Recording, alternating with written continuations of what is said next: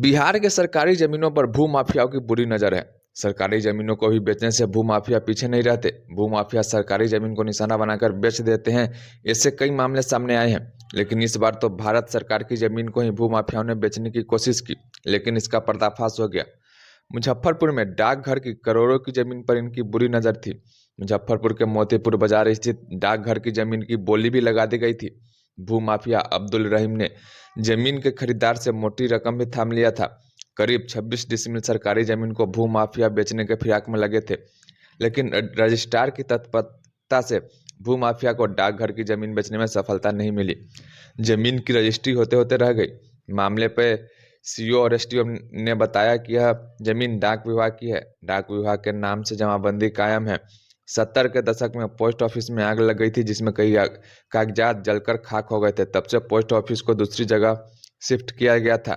जमीन खाली देख भूमाफिया इसे बेचने में लगे थे, लेकिन रजिस्ट्रार की सजगता की वजह से भूमाफिया अपने मंसूबे में कामयाब नहीं हो पाए। सामने आया है।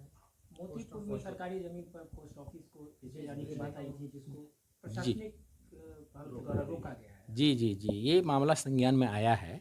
हमारे अंचल अधिकारी मोतीपुर को जो सब रजिस्ट्रार साहब हैं अवर निबंधक मुजफ्फरपुर हैं, उनके द्वारा एक पत्र दिया गया कि मोतीपुर नगर पालिका क्षेत्र में बड़ी मस्जिद के सामने की एक ज़मीन है, वो शायद उसका निबंधन करने के लिए इनके यहाँ आया था, तो उसकी जांच उन्होंने कराई। तो अंचल अधिकारी से हमारी भी वार्ता हुई है। उन्होंने बताया कि जांच के क्रम में वह ज़मीन भारत सरकार की निकली और उसके जो ज़मीन का जो जिनके नाम पर जमाबंदी है पोस्ट मास्टर मुजफ्फरपुर के नाम से वो ज़मीन अंकित है, जिसका उन्होंने प्रतिवेदन बना करके अवर निबंधक जिला अवर निबंधक उन्होंने दे दिया है। और आज हमारी उनसे भी बात हुई तो उन्होंने बताया कि इसकी निबंधन का काज नहीं हुआ, क्योंकि ये सरकारी ज़मीन है, इसलिए इसका निबंधन नहीं हो सकता। भूमाफिया पर आरोप लगाने की क्या ये बड़ा गंभीर मामला है। जी, इस प्रकार के आता है। सरकार इसके लिए दृढ़ संकल्पित है। हम लोग प्रशासन के लोग भी इसकी जांच कराते रहते हैं, जैसा ये उदाहरण आपको सामने आया।